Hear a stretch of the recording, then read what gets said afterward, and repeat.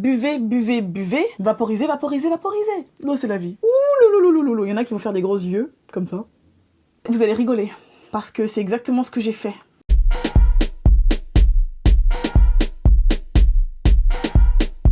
Bonjour à tous, c'est Kay. Bienvenue sur ma chaîne à ceux qui me connaissent pas.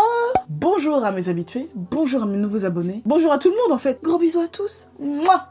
Aujourd'hui, je vais répondre à une question qu'on m'a pas mal posée et une question qui revient souvent. C'est celle-ci. Pourquoi les locks s'affinent-elles? Pourquoi? Là, je vais vous donner les raisons que moi je connais, que j'ai constatées. Et n'hésitez pas, si vous voulez, à la fin de la vidéo, à rajouter des raisons pour lesquelles les locks peuvent s'affiner. Parce que bien évidemment, je pourrais pas vous donner toutes les raisons parce que je n'ai pas la science infuse. Là, je vous parle que de mon expérience.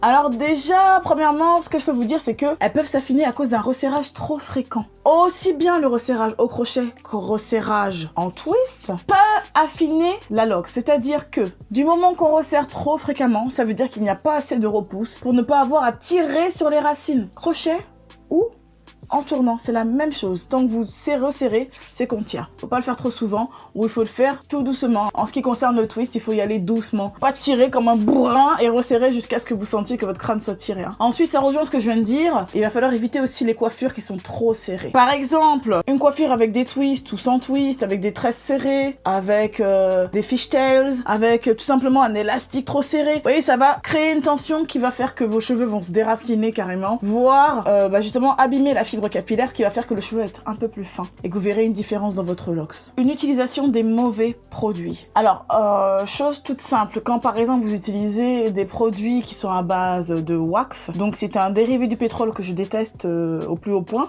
même avant que je passe au 100% naturel, je n'aimais pas ce produit-là. C'est-à-dire que pour moi, il y avait un truc qui allait pas là-dedans. C'était juste instinctivement, je me suis dit, ça va pas. Il y a un truc louche là-dedans. Par exemple, cette pâte-là va vous coller au niveau des cheveux. Quand vous allez vouloir l'enlever, vous allez devoir insister au niveau du lavage pour que ça parte. Même si vous faites un décapage au bicarbonate de soude, citron, vinaigre de pomme et tout ça, voilà, ça va abîmer vos cheveux de toute façon. Parce que vous allez devoir trop frotter pour vous débarrasser de certaines choses. Il y a ça, il y a aussi d'autres produits qui vont créer une fragilisation du cuir chevelu, ce qui va faire que ce cuir chevelu va produire des cheveux qui seront bien abîmés, donc déjà fragilisés de base, donc un peu plus fins que vos cheveux qui auront déjà poussé. Ça fonctionne comme la terre et les végétaux. Si votre terre n'est pas bien labourée, irriguée, hydratée, bah ça donnera pas des végétaux en super grande forme. Donc là c'est pareil pour le cheveu. Une fois qu'il a poussé, de toute façon il a poussé. Il est comme il est. C'est-à-dire qu'il faut vraiment le nourrir à la base. Le cheveu dans sa longueur n'est pas vivant. Voilà, il faut faire vraiment très attention à ce qu'on ingère et à ce qu'on met sur notre tête. Ça aussi, ça peut aussi beaucoup jouer sur la fragilité du cheveu. Encore une raison, je reviens sur ce que je viens de dire à l'instant. Je parlais donc de ce qu'on met à l'intérieur de notre corps. Et là, je vais vous parler de l'hydratation. Si vous avez un manque d'hydratation, ça peut jouer sur la fragilité de vos locks et les affiner. Si vous ne buvez pas assez, il n'y aura pas l'irrigation nécessaire et les nutriments nécessaires pour vos cheveux pour qu'ils puissent se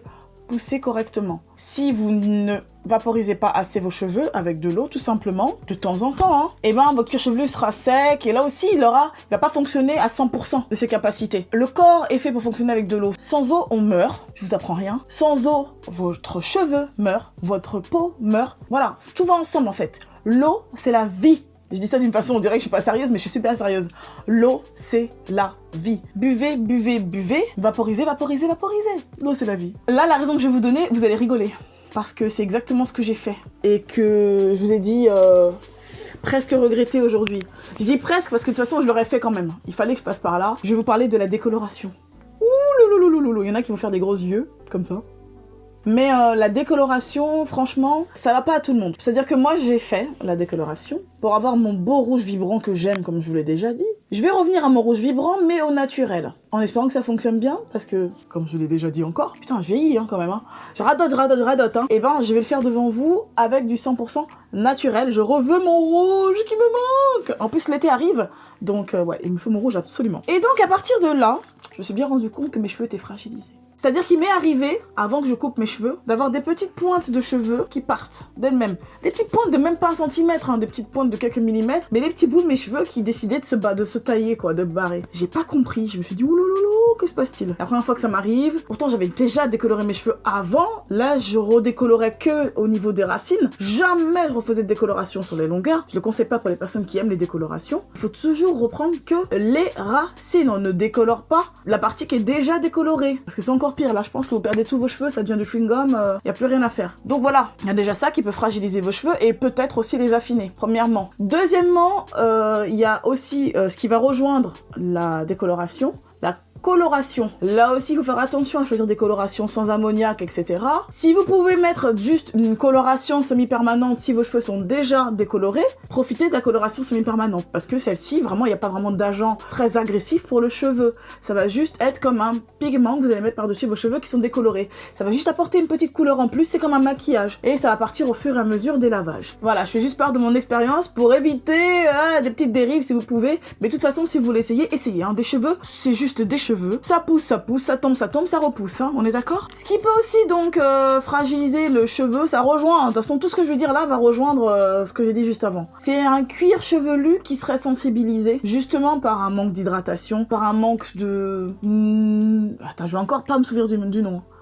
Un manque de nutrition, c'est-à-dire par les huiles. Si vous avez le cuir chevelu sensible et sec, il faut absolument y apporter une petite huile. Si vous savez pas quoi utiliser quand vous n'utilisez jamais d'huile et que vous sentez que votre cuir chevelu est sec, je vous conseille l'huile de jojoba et l'huile d'amande douce, qui sont des huiles qui se rapprochent le plus du sébum naturel du cheveu. Avec ça, il n'y a aucun problème. Normalement, ça va à tout le monde. Mais testez quand même avant. Alors, la dernière raison que je vais donner ici va être une raison assez médicale. Je vais vous parler donc des carences. Là, c'est un problème qui, si vous avez essayé, si vous avez évité tout ce qu'il y a avant, si toutes les raisons d'avant ne sont pas votre raison, si toutes les raisons d'avant ne sont pas la cause de l'affinement de vos locks ou de la perte de vos cheveux, c'est peut-être dû à une carence ou à des carences. Dans ce cas-là, je vous conseille d'aller voir un professionnel de la santé qui vous fera faire des examens et ensuite il vous donnera le traitement approprié à votre problème. Mais voilà, dans ce cas-là, il faut vraiment consulter. Il faut pas essayer des expériences bizarres. Il faut consulter. Il faut vraiment tout essayer du côté naturel. Arrêtez les choses que vous faites déjà. Au niveau de vos cheveux, les laisser vivre tranquillement. Y mettre juste de l'eau, une petite huile simple. Voir s'il y a du changement au bout de quelques semaines. S'il n'y a pas de changement et vous avez toujours les mêmes problèmes, il faut absolument aller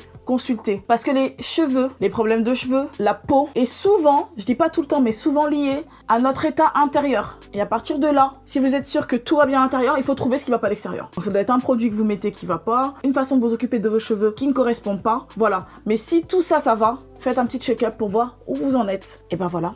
J'espère vous avoir aidé avec ces quelques conseils, si je peux me permettre. Si vous avez d'autres raisons qui pourraient faire que les locks s'affinent, n'hésitez pas, avec grand plaisir et avec grande aide pour tout le monde, à commenter juste en bas pour nous donner ces raisons-là. Et bah voilà, hein, je vous fais des gros bisous. Je vous dis à la prochaine pour une vidéo. Bye bye!